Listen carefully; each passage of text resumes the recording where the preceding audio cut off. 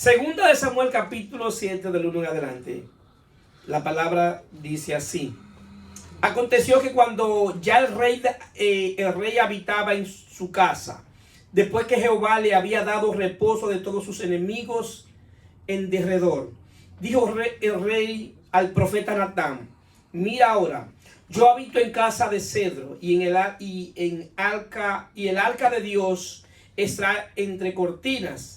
Y Natán dijo al rey: anda y haz todo lo que está en tu corazón, porque Jehová está contigo. Aconteció aquella noche que vino palabra de Jehová a Natán diciendo: ve y di a mi siervo David, así ha dicho Jehová. Y es una pregunta: ¿tú me has de edificar casa en que yo more?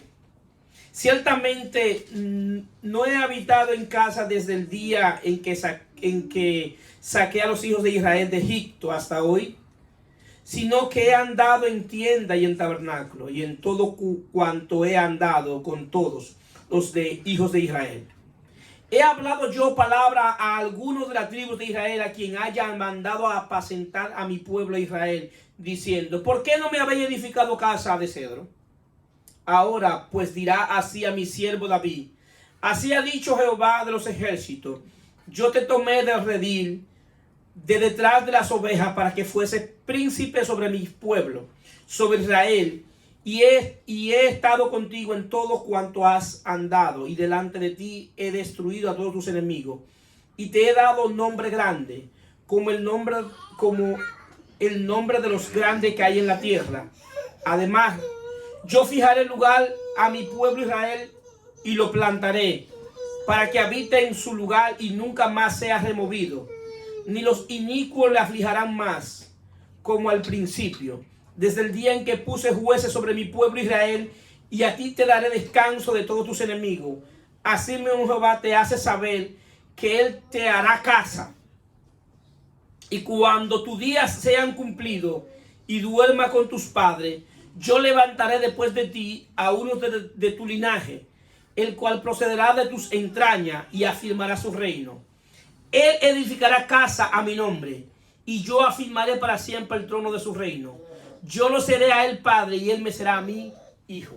La palabra del Señor está bendecida. Estaremos predicando bajo el título: una promesa de Dios escondida. Una promesa de Dios escondida. Cuando hablamos de una promesa de Dios escondida, estamos hablando de un misterio que Dios había escondido. Estaba escondido en las Sagradas Escrituras. Ahora bien, cuando vemos a David, David se ve a sí mismo, y se ve a sí mismo viendo los favores que él había recibido de parte de Dios, sabiendo que Dios le había sacado de ser pastor de oveja y de andar detrás de oveja, lo había llevado al trono. También él había visto cómo Dios le había dado victoria sobre sus enemigos. Él había visto cómo Dios le había proveído, cómo Dios había cuidado de él. Él había visto el favor de Dios obrar. Porque cuando David tiene este deseo, ya está prácticamente en los postreros tiempos de su reinado. Y está viendo que él está cómodo, que tiene casa, que tiene reposo, que tiene quien le sirva, y está viendo de que la casa de Dios, el arca de Dios, andaba con ellos para arriba y para abajo, pero no tenía un lugar fijo donde ponerla, y nació de su corazón hacerle una casa a Dios. Pero ¿qué movió a David a hacerle casa para Dios? El agradecimiento de lo que Dios había hecho por él. La devoción de David de hacer casa por Dios era porque él se había visto a sí mismo y había visto lo que él era y lo que Dios había hecho en él. Entonces había un sentido de gratitud por lo que Dios había hecho. Entonces, cuando David decide hacer casa para Dios, David en ese momento tenía la intención, pero Dios establece un principio, y de ahí es que tomamos el término o el título del tema, que hemos dicho que es una promesa de Dios escondida. Y es una promesa donde Dios establece que quien puede hacer casa para Dios es el Hijo. Dios está enseñando a través de las Escrituras que quien podía hacer casa de Dios, o quien podía fabricarle casa o edificar casa para Dios, era el Hijo. Si nosotros leemos las Escrituras, nos damos cuenta que esto se está refiriendo a manera de tipo, sombra y figura, de que el único que puede hacer casa para Dios es su Hijo Jesucristo. Aquí utiliza una palabra que cuando se usa en la Biblia, Dios solamente la utiliza para referirse a Jesucristo. Y yo le seré a él padre y él me será mi hijo. ¿Por qué? Porque cuando Dios hablaba a Israel, nunca se refirió a Israel como hijo, sino como pueblo. Y ellos nunca vieron a Dios como padre, sino como un Dios que estaba lejano. Entonces, ¿qué pasa? Me llama la atención que David acepta el mandato de Dios, obedece lo que Dios había dicho, no hizo un berrinche. Quizá en ese momento él no entendía por qué Dios lo había permitido. Entonces, cuando David llama a Salomón ya en cama para entregarle el reinado, me llama poderosamente la atención que David toma ofrenda de su riqueza personal, y toma oro y toma piedra preciosa, y él hace la ofrenda para que construyan casa. Y la palabra que él dice es que la casa que él va a hacer no es para un humano cualquiera, que la casa que él iba a hacer era para Dios, que él necesitaba despojarse de lo más valioso que él tenía para que Dios tuviera una casa grande, bonita, donde exhibir su gloria. Que David quería un lugar donde se pudiera hacer un devocional constantemente, donde se le pudiera adorar a Dios y hacer sacrificio para Dios. Pero el devocional de David era un sentimiento interior de su corazón por la gratitud de lo que Dios había hecho por él. David quería servirle a Dios con una devoción porque estaba agradecido. ¿Cuál es el principio? Que nadie puede hacer casa de Dios si no está agradecido de Dios. Para hacer casa de Dios hay que estar agradecido de Dios. Hay que tener un devocional por Dios. Hay que tener una gratitud por su obra. Si David estaba agradecido porque lo habían sacado de pastorear ovejas, ¿cuánto más tenemos nosotros que estar agradecidos que nos sacaron del reino de las tinieblas para llevarnos al reino de su Hijo amado Jesucristo? Debemos estar entonces más agradecidos que el mismo David. ¿Por qué? Porque nos han sacado de una condición de muerte espiritual y de condenación eterna. Nos han sacado de una condición de enemistad con Dios. Gracias le damos a Cristo, que ya hoy no somos prófugos de la justicia de Dios. Ya no hay una sentencia sobre nosotros, porque había una sentencia que decía que la paga del pecado era muerte. Y gracias a Jesucristo hemos pasado de muerte a vida. Entonces, ¿qué sucede?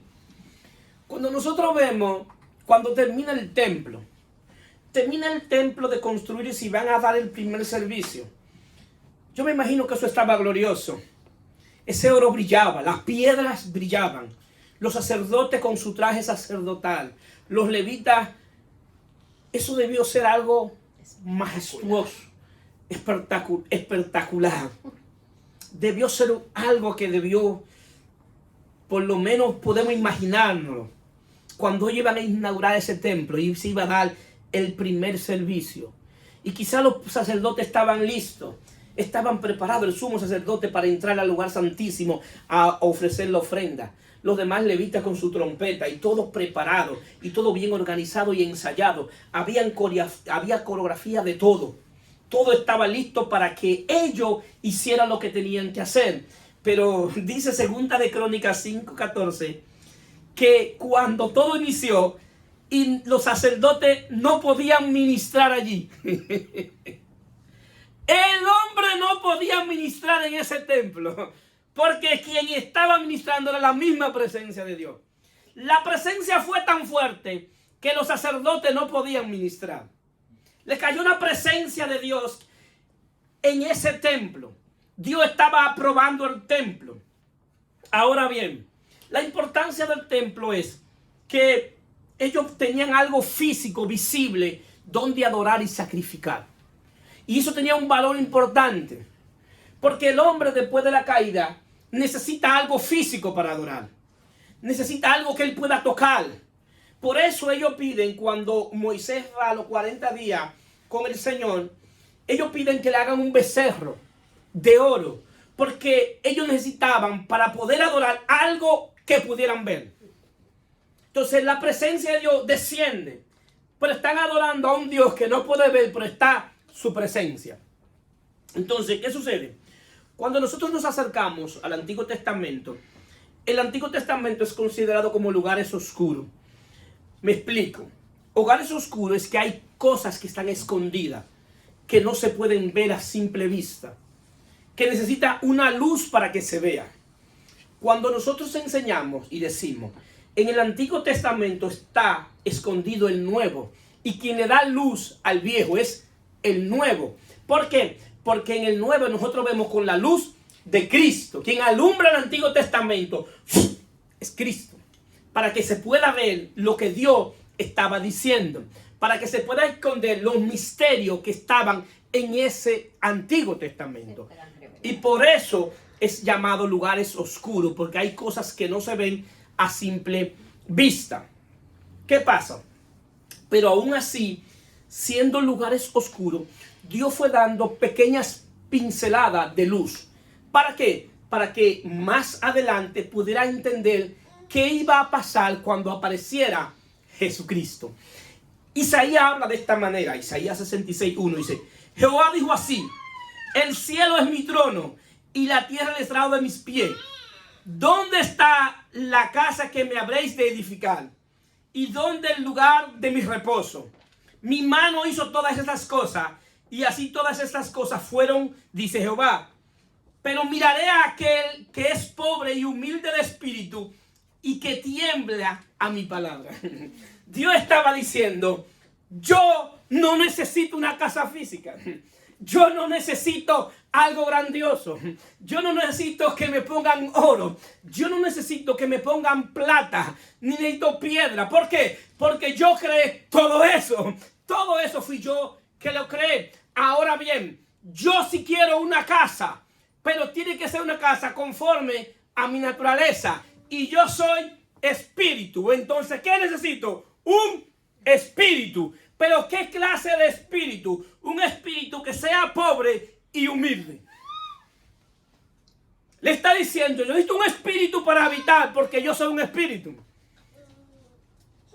Yo no necesito un templo. Yo necesito un espíritu que sea pobre. La Biblia está escrita, inspirada por Dios, pero en un lenguaje de hombre, para que podamos entender. Y utiliza figuras humanas y físicas para que podamos entender principios espirituales. Cuando habla de un espíritu pobre, nosotros tenemos que relacionar qué pasa con un pobre en términos económicos. Una persona pobre en términos económicos no puede obtener lo que necesita. No puede ir a la tienda a comprar todo lo que necesita.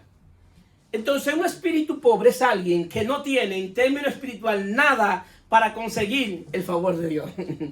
No tiene recursos económicos o espirituales, por decirlo así, para obtener el favor de Dios.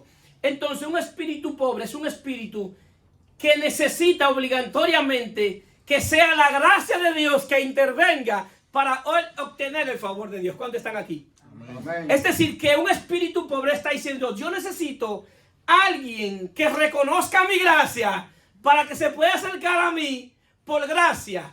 Porque ese que se acerca a mí no tiene nada que ofrecerme. No tiene ningún recurso en el cual yo pueda aceptar.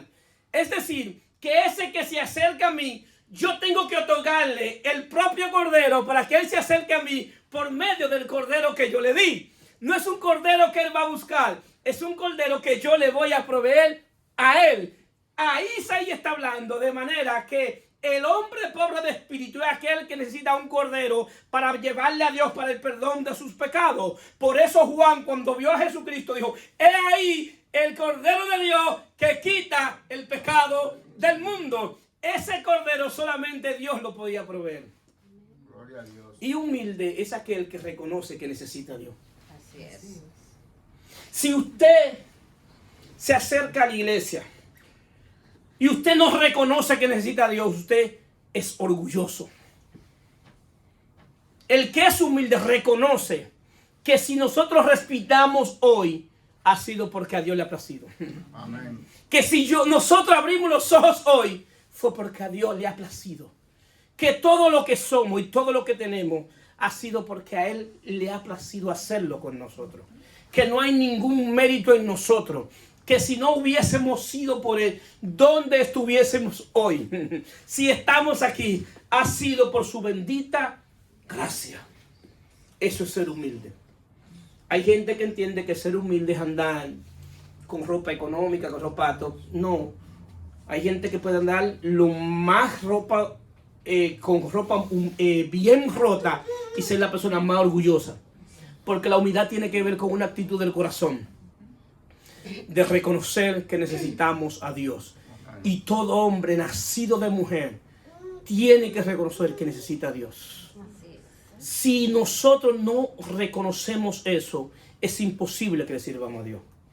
Por eso tenemos que tener un corazón humilde, que en verdad a Él lo necesitamos. Entonces, ¿qué pasa? Ya ahí vemos entonces que Dios está dando luz para decirnos qué tipo de casa que Él quiere. Él no está, entonces está hablando de una casa más íntima, está hablando de una casa espiritual. Le está diciendo: yo no ando buscando casa física, yo ando buscando casas espirituales. Entonces, ¿qué pasa? Nosotros, por ser descendientes de Adán, todos nacimos en tiniebla.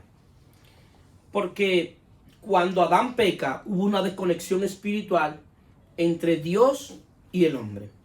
Y yo lo defino como un apagón espiritual. Entonces, las tinieblas de por sí existen por la ausencia de luz. Cuando algo opaca la luz, crea las tinieblas. Es decir, que las tinieblas en sí mismas no existen, sino es una manifestación de la ausencia de luz. Donde no hay luz, hay tinieblas.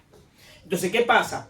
Nosotros, al tener un apagón por causa del pecado, entonces andamos en tinieblas y nacimos en tinieblas. Esa es la razón por la que Jesús dice de esta manera en Juan 8:12. Otra vez Jesús le habló diciendo: yo soy la luz del mundo. El que me sigue no andará en tiniebla, sino que tendrá la luz de la vida. Esa luz es una luz que opera dentro. Y cuando esa luz viene dentro, entonces, ¿qué hace? Saca las tinieblas.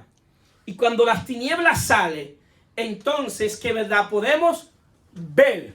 Mientras estemos en tinieblas, estaremos viendo la Biblia, el Antiguo Testamento y el Nuevo Testamento, lo estaremos viendo como lugares oscuros. Entonces, la luz viene para sacar las tinieblas, para que por medio de la luz de Cristo, cuando nos acerquemos a las Escrituras, podamos ver qué Dios está diciendo a través de las Escrituras. Y poder decir, como Jesús le dijo cuando iba camino a Emaús: ustedes son tontos, no sabían ustedes que el Cristo tenían que padecer. Y le enseñó por todas las Escrituras lo que de Él se decía. Él le dijo: miren, ustedes están maravillados por lo que pasó aquí, pero ya eso está escrito, eso no es nuevo. Y todo se escribió por causa de mí. Es decir, que cuando tú vayas a las Escrituras, debes ser a buscar qué la Biblia está hablando de nuestro Señor y Salvador Jesucristo. ¿Qué nos estás enseñando? Y te darás cuenta qué nivel de entendimiento va a tener. Y te darás cuenta que ya eso no será ni un misterio, ni una promesa escondida. ¿Por qué? Porque ya el misterio fue revelado. Ahora bien, nosotros viendo el consejo de Dios, que todas las Escrituras, nos daremos cuenta que nosotros no podemos hacer una doctrina de un texto bíblico, sino que tenemos que tomar todo el consejo de Dios, desde Génesis hasta Apocalipsis. Yo no puedo coger un texto y hacer tal vez una doctrina de ese texto específicamente. Yo necesito ver qué se dice en el Antiguo Testamento, qué dice Jesús cuando aparece, qué dicen los apóstoles. La gran confusión de la Biblia es que mucha gente toma un texto bíblico y de ese texto bíblico hacen una doctrina. Y dicen, y lo dice la Biblia. Esa es la palabra que me gusta. Y aquí lo dice la Biblia. Pero perfecto, hay cosas que la Biblia dice en un lugar que tú vas a otro lugar y parece que se contradice. ¿Por qué? Porque tenemos que tomar todo el consejo de Dios en la Biblia para poder entender. Tenemos que acercarnos al Antiguo Testamento, que se estaba diciendo en los lugares oscuros, qué dijo Jesús, que era la luz, y qué dicen los apóstoles. ¿Cuántos están aquí? Amén. Ahora bien, aquí hay un evento que me llama la atención, porque Jesús está hablando de algo importante, y es cuando Jesús, en Lucas 19, 1 al 11, Jesús se encuentra con mi hermano y amigo Zaqueo. Dice en 19:1, habiendo entrado Jesús en Jericó, iba pasando por la ciudad, y sucedió que un varón llamado Zaqueo, que era jefe de los publicanos y rico, procuraba ver quién era Jesús, pero no podía a causa de la multitud, pues era pequeño de estatura, y corriendo delante subió a un árbol sicomodoro para verle, porque había de pasar por allí. Cuando Jesús llegó a aquel lugar, mirando hacia arriba, le vio y le dijo, Zaqueo, date prisa, desciende, porque hoy es necesario que pose yo en tu casa. Entonces él descendió a prisa y le recibió gozoso. Al ver esto, todos murmuraban, diciendo que había entrado a posar con un hombre pecador. Entonces Zaqueo, puesto en pie, dijo al Señor, he aquí, Señor, la mitad de mis bienes doy a los pobres, y si en algo he defraudado a alguno, se lo devolveré duplicado. Jesús le dijo, hoy ha venido la salvación a esta casa, por cuanto él también es hijo de Abraham, porque el Hijo del Hombre vino a buscar y salvar lo que se había perdido. ¿Qué fue lo que se perdió en el Edén? Lo que Dios perdió en el Edén fue una casa. Fue una casa espiritual. ¿Por qué? Porque Dios, cuando creó a Adán, Adán era su casa. Cuando Adán peca, Dios se separa de Adán. Y lo que Dios pide es su casa donde habitar. Entonces Jesús está diciendo que Él vino a recuperar la casa que Adán había perdido. La casa que Adán había perdido, Jesús es que la recupera por medio de la salvación. Pero Jesús le está hablando aquí. Y está hablando que la salvación ha llegado a la casa de Zaqueo. El asunto es que, como dije ahorita, la Biblia está escrita en un lenguaje de hombre. Pero tenemos que entender los símbolos que intervienen. Y la casa, en términos físicos, de Zaqueo, no necesitaba salvación. Quien necesitaba salvación era Zaqueo. Jesús está diciendo que la casa que necesitaba salvación era Zaqueo, y la casa que él había salvado era Zaqueo, que él estaba recuperando lo que se perdió en el Edén, y que nuevamente él iba a tener una casa que iba a ser Zaqueo. Zaqueo iba a ser su casa. Entonces, ¿qué sucede? Pero que hay algo importante. ¿Qué sucedió en Zaqueo para que Jesús fuera a su casa? Que se arrepintió. Se arrepintió de sus malos caminos y de cómo había vivido. Zaqueo se dio cuenta que toda su vida vivió engañando a la gente. Vivió quitándole de más, poniéndole más impuestos. Y se dio cuenta que él no podía vivir así. Y Jesús, a ver que él se arrepiente, le dice que la salvación ha llegado a su casa. Porque para que haya salvación tiene que haber arrepentimiento. Arrepentimiento no es remordimiento, no es sentirte mal por lo que hiciste, lo cual no es malo, sino que identificar qué tú has hecho mal para hacerlo bien, para no seguir haciendo las cosas malas y comenzar a hacerlas en el orden de Dios, hacerlas bien. Este hombre utilizó un principio que era un principio de la ley, que era el principio de la restitución. El principio de la restitución tenía que ver con tú devolver con lo que tú habías agraviado a alguien. Pero este hombre no se quedó en la restitución, sino que duplicó la restitución. El tipo comenzó a andar en justicia. Comenzó a ser justo. ¿Por qué? Porque había sido salvo, porque la presencia de Dios estaba ahí. La presencia de Dios es importante en nuestra vida, porque la presencia de Dios es que hace los cambios en la gente. Mire, señores, ningún pastor le puede cambiar a ustedes. Ni ningún hombre nacido de mujer puede cambiarlo. El único que puede cambiarlo es Dios por medio de su Espíritu. Así es. Por eso la devoción de nuestro debe ser por Él. Y el concepto de fe se ha malinterpretado. Porque hay gente que tiene fe en lo que dice una gente, en lo que dice un pastor, en lo que dice un sacerdote, en lo que dice un mormón, en lo que dice un testigo de Jehová. Tienen fe en lo que ellos dicen. Tienen fe en una doctrina. Y la salvación no es por tener fe en una doctrina. La salvación es por tener fe en Jesucristo. Aleluya. La salvación es por tener fe en Jesucristo. ¿Qué es lo que Jesús ha dicho? Zaqueo obtuvo la salvación por lo que salió de la boca de Jesús. Por eso cuando nos acercamos a las Escrituras tenemos que ver en términos espirituales qué Dios está diciendo. Dense en cuenta de qué manera Zaqueo es salvo. Es salvo porque él quería ver a Jesús. Y al ser de pequeña estatura subió a un árbol. Y desde arriba lo vio. Pero a él escuchar la voz de Jesús que le dijo baja, descendió. ¿Qué implica eso? Que muchas veces nosotros quizás estamos muy altos y no creemos que somos la última Coca-Cola en el desierto y que tenemos lo mejor y que somos los mejores. Y el principio de esto es que tenemos que descender a que Él nos enseñe, porque Él es el que nos puede enseñar. Jesucristo es quien nos puede enseñar. Entonces Zaqueo obtiene la salvación por medio a la fe en Jesucristo. Entonces, era un hombre pecador. Todo pecador necesita salvación. Ellos se sorprendieron porque los judíos pensaban que no necesitaban salvación. No, ellos pensaban que no necesitaban salvación. ¿Qué sucede? Ahora bien, Jesús sigue su camino. Y después Jesús enseña cómo se debe construir esta casa. Porque no solamente está hablando de una casa, sino cómo se debe construir.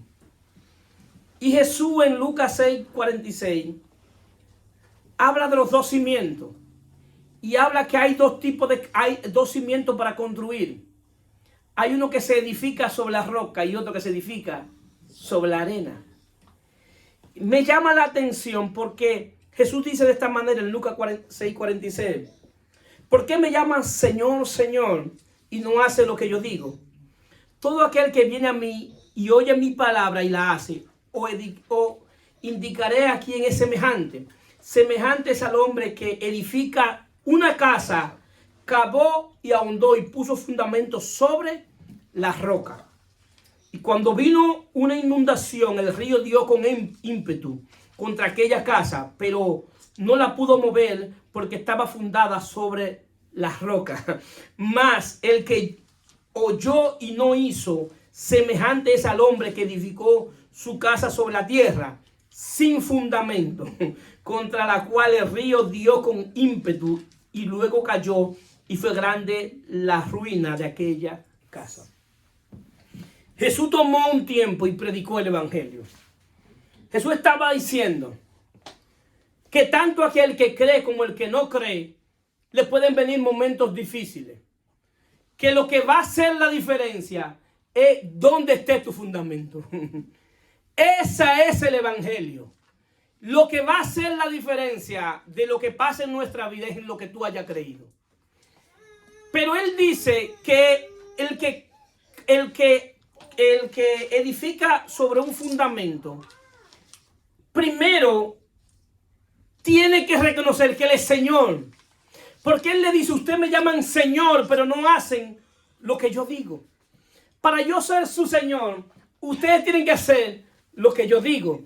No solamente ser oidores, sino hacedores de su palabra. ¿Cuántos están aquí? Amén. Que no sea de apariencia, que no sea en buen dominicano de aguaje y de allante, que lo que él enseña, que la doctrina que él enseña sea por esa por la cual yo me rija y viva. Entonces, en ese momento, viéndolo a él como mi Señor, yo me estoy edificando en una roca. El asunto que es más fácil edificar sobre la arena o sobre la tierra. ¿Por qué? Porque se necesita menos esfuerzo. Esa es la diferencia entre el verdadero evangelio y el falso evangelio. Porque el falso evangelio te dice, ven, pon 10 aquí y vas a recibir 100. Pon 100 aquí y vas a recibir 1000. Ven a esto y tú vas a ver qué va a suceder. Porque te ponen las cosas fáciles, que esto sucede basado en lo que tú haces. Entonces, cuando Jesús dice que tienen que hollar en la roca, ¿cuál es el problema de hollar sobre la roca? Que se necesita resistencia, se necesita firmeza, se necesita tener poder, tener aguante, no rendirse, seguir, que aunque tú veas que el hoyo no se está haciendo, tú sabes que hay algo que está sucediendo. ¿Cuál es el problema del evangelio falso? Que el evangelio falso te pone todo fácil y cree que las cosas suceden de la noche a la mañana. No, las cosas suceden en el tiempo de Dios y a la manera de Dios, porque Él sabe cómo hacerlo. Entonces, Jesús de cierta manera estaba hablando de algo que ahora podemos entender. Está diciendo de manera que alguien puede ser casa de Dios es si tiene fundamento. Pero si no hay fundamento en cuanto a lo que la Biblia enseña, entonces no hay manera de que haya casa de Dios. ¿Por qué? Porque toda casa inicia por el fundamento. Es lo que llamamos en República Dominicana la zapata. Entonces, el tamaño de la casa la define el fundamento. Mientras la casa sea más grande, se necesita un fundamento más profundo. Se necesita más gravilla, se necesita más cemento. Es decir, que no es lo mismo yo hacer una casa de una planta que hacer un edificio. Si voy a hacer un edificio, tengo que hacer cavar más para abajo. Es decir, la mano de nosotros está qué tipo de casa tú quieres ser. Pero si tú quieres ser una choza, también puedes ser una choza. Porque para la choza no se necesita fundamento. Lo que necesita es comenzar a construir. Entonces, ¿cuál es la invitación? Que no sea choza. Que no sea una simple casa, que sea una gran casa. ¿Cuántos están aquí? Amén. Es decir, que tenemos entonces que comenzar a hollar hacia abajo para el fundamento. Ese fundamento, ¿quién es? Jesucristo. El fundamento de esa casa es Jesucristo. Entonces, ¿qué sucede? Cuando alguien va y cree en Dios, lo cual es bueno. Pero el problema es que cuando tú vas creciendo con un falso fundamento, hay un problema. Que cuando el fundamento no es el verdadero, entonces no se puede construir casa. Esa es la razón que es más fácil desviarse a construir casa sobre la tierra. Porque es más rápido. Entonces, en la vida del Espíritu las cosas no suceden así. Ahora bien, quien da más detalles de esa casa es el apóstol Pablo. Pablo dice, porque Pablo es que puede ver el misterio, y a Pablo es que se revela el misterio. Y Pablo en Colosenses 1, 26, 28 dice, el misterio que había estado oculto desde los siglos y edades, pero que ahora ha sido manifestado a los santos. ¿Quiénes son los santos? Nosotros. Los santos somos nosotros, separados para el uso de Dios. Eso significa santo. A quien Dios quiso dar a conocer las riquezas de la gloria de este misterio entre los gentiles, que es Cristo en nosotros, la esperanza de gloria. La gloria que ellos vieron el día que hicieron el primer servicio, que descendió, esa gloria era Cristo. Esa gloria era Cristo. Y Pablo dice, ya esa gloria no desciende en el templo. Esa gloria desciende en ustedes. Está dentro. Esa gloria es algo que va a operar dentro. Es algo más maravilloso. Y dice, a quien anunciamos, amonestando a todos los hombres y enseñando a todos los hombres y en toda sabiduría, a fin de presentar perfecto en Cristo Jesús a todos los hombres. La gloria que llenó el templo de Salomón es la gloria que te llenó a ti. Amén. Si tú creíste en Cristo.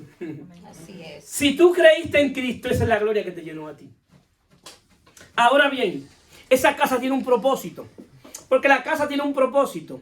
Y la casa que Dios está construyendo tiene un propósito. Ese propósito es presentar a Cristo a través de esa casa. Que la gente vea a Cristo a través de esa casa.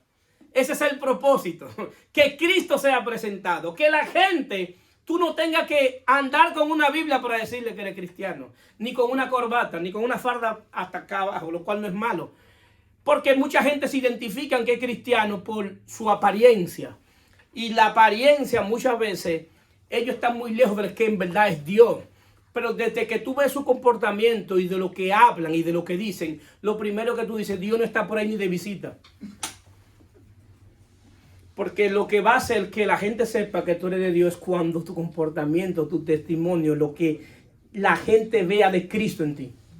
Y eso se mira en el espíritu. Es decir, que aún hasta en traje de baño la gente puede saber si tú eres de Cristo. ¿Dónde están aquí? Amén. Entonces, ¿qué sucede? Ahora bien, en Hechos 7:47-50 dice, mas Salomón le edificó casa. Si bien el Altísimo no habita en templo hecho en manos, dice el profeta. Es decir, que Dios no habita en templo hecho en mano de hombre. Dios es espíritu y habita ¿dónde? En un espíritu. Es decir, que lo que Dios está buscando es un espíritu donde habitar. Amén. Amén. 1 Corintios 3:10-11 dice, conforme a la gracia de Dios que me ha sido dada, yo como perito arquitecto puse el fundamento y otro edifica encima, pero cada uno mire cómo sobreedifica, porque nadie puede poner otro fundamento que el que está puesto, el cual es Jesucristo. ¿Sabe qué es lo mejor para construir casa? Que hay un diseño. Hay un diseño. Yo no puedo venir a construir casa de Dios fuera de ese diseño. Para yo construir casa tengo que ir al diseño. Claro. Y el diseño se nos dio. Y ese diseño, ¿quién es? Jesucristo. El diseño ya está. Es decir, que aquí no hay perdedera. Porque el problema es que si yo hago un plano y se lo doy a alguien para que lo lea y no sabe leer el plano, fácilmente me va a poner el baño donde va la cocina. Y fácilmente me va a poner la chimenea en el basement. Entonces, ¿qué pasa? Fácilmente me va a poner una puerta donde va una ventana. ¿Por qué? Porque cogió otro diseño. O confundió el diseño. Por eso, en el nuevo pacto se nos hace ministro competente de un nuevo y mejor pacto, con mejores promesas, en el cual se te dieron el diseño, se te dieron el modelo, se te dieron la maqueta, se dijeron, oye, las medidas son estas, no puedes pasarte de aquí, tienes que llegar hasta aquí. Si lo haces conforme el diseño, tú vas a hacer casa de Dios. Amén. Porque ya se te dio el modelo y se te dio el Gloria a diseño. Dios. Los materiales y todo. Los materiales ya están provistos. El problema es que muchas veces, como hombres, comenzamos a inventar. Y queremos sobreedificar sobre nuestro diseño. Ah, no, yo pienso que es así. No, yo creo que es así. Y yo creo que funciona así. No es tu diseño, es el diseño de Dios. Es la forma de Dios y es a la manera de Dios. Entonces, ¿qué sucede? Ya hay un diseño. Y Pablo dice como perito arquitecto. Es decir, que alguien que tenía conocimiento del diseño.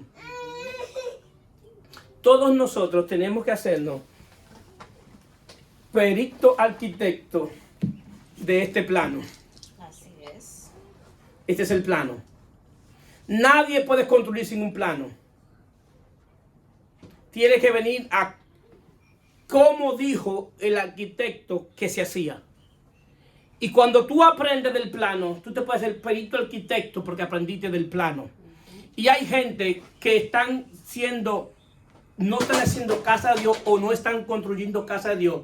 ¿Por qué? Porque cerraron el plano y abandonaron el plano. Ya no es el plano, no es lo que dice el plano. Entonces quieren edificar por lo que Dios le dijo a ellos en secreto y en lo privado. Y han dejado el plano atrás. Dios me libre. El plano es ese.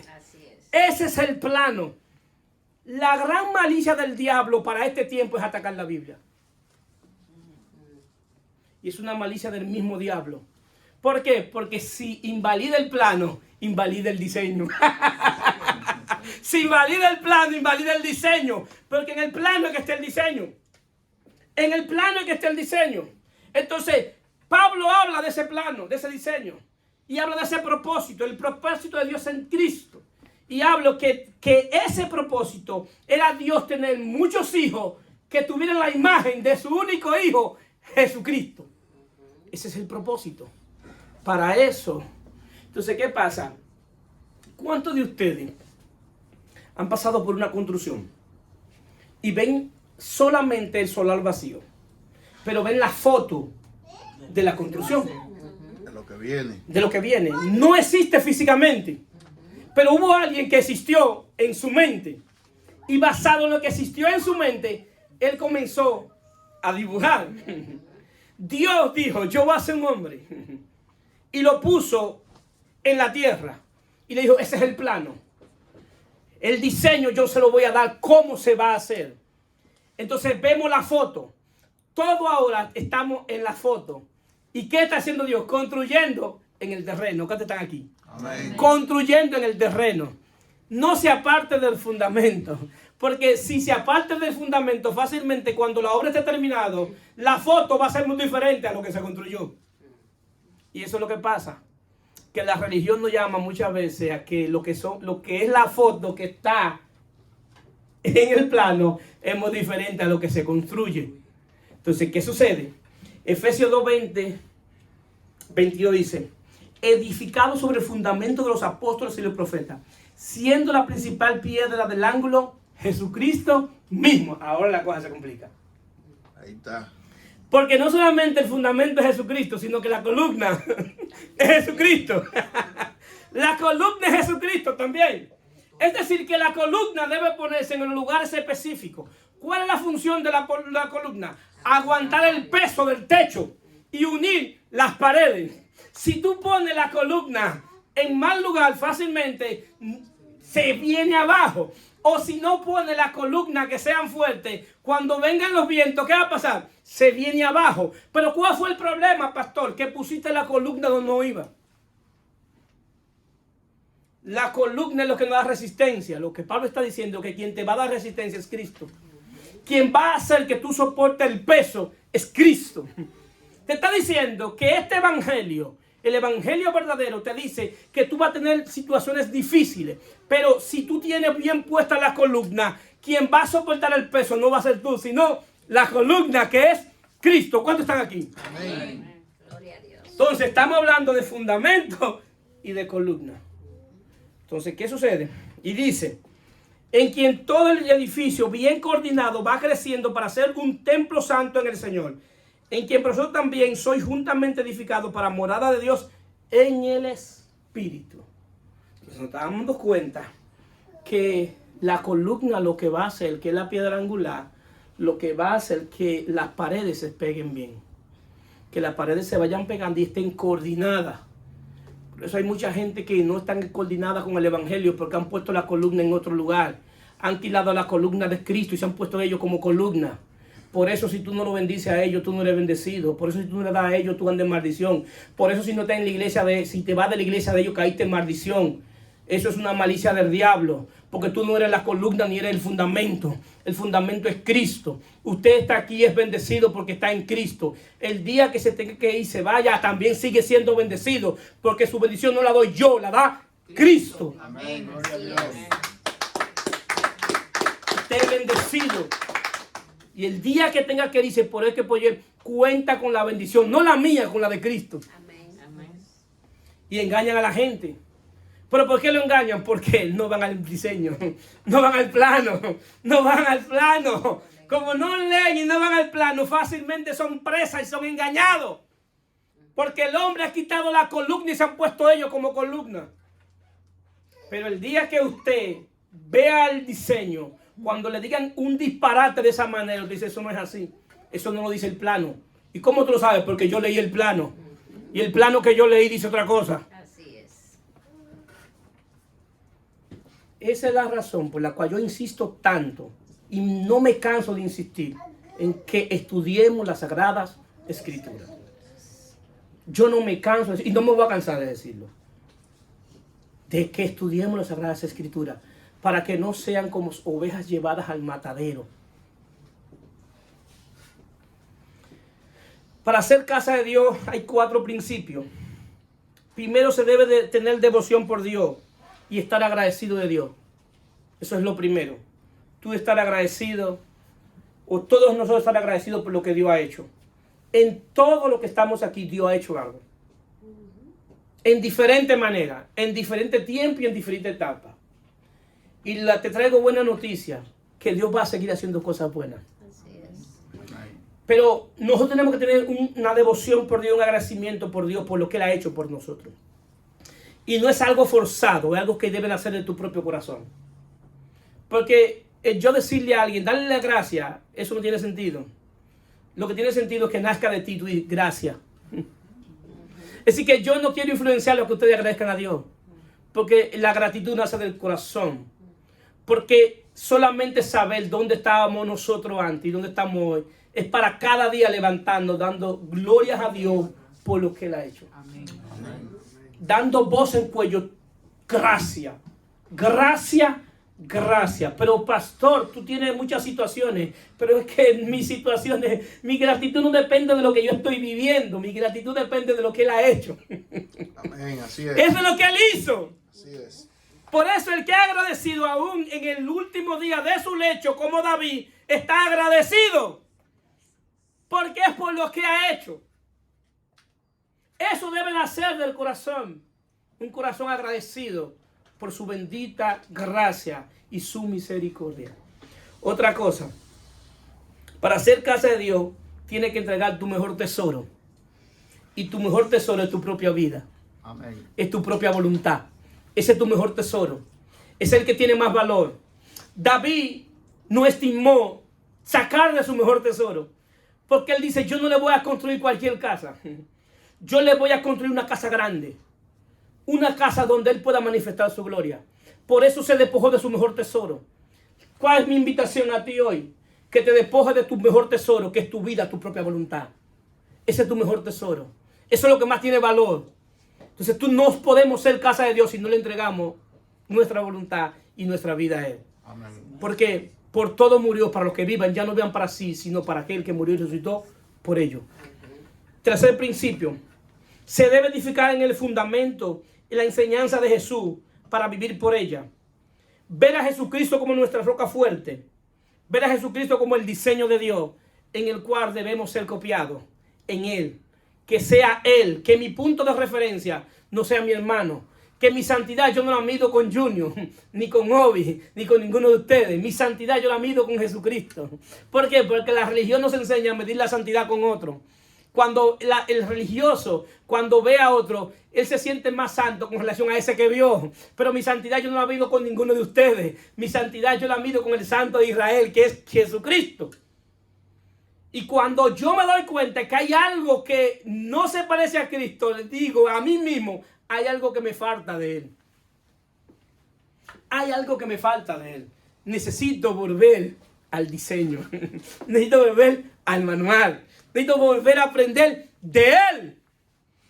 Y cuarto, Jesús es nuestra columna que soporta el peso y soporta la carga. Toda casa que no se cumpla con estos principios crece torcida y sin fundamento. Y cuando viene el viento y la tempestad, fácilmente es grande su ruina.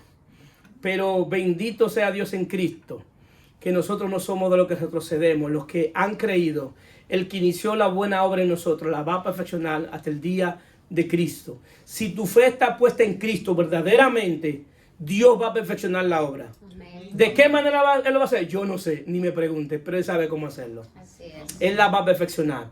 La idea de esto es que ponga tu mirada en el autor y consumador de la fe, que es Jesucristo. La palabra del Señor está bendecida. Amén.